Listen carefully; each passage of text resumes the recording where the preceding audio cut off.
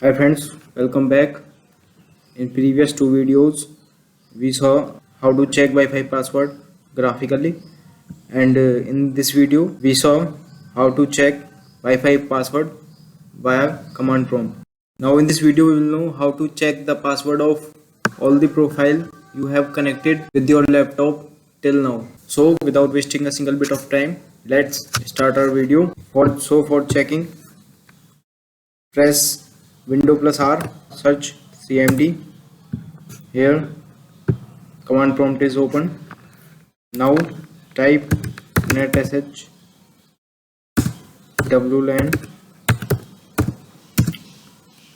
export profile folder. Here we will give the path of folder.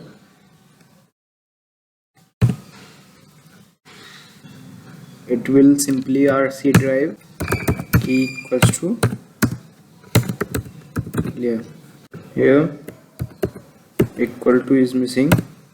Now hit enter. Here all the profile has successfully exported. Now let's check all the profiles. Go to file manager, C drive. Here all profile has exported. Let's check this one, and this key material is the password of your desired Wi-Fi, and it is the name of Wi-Fi.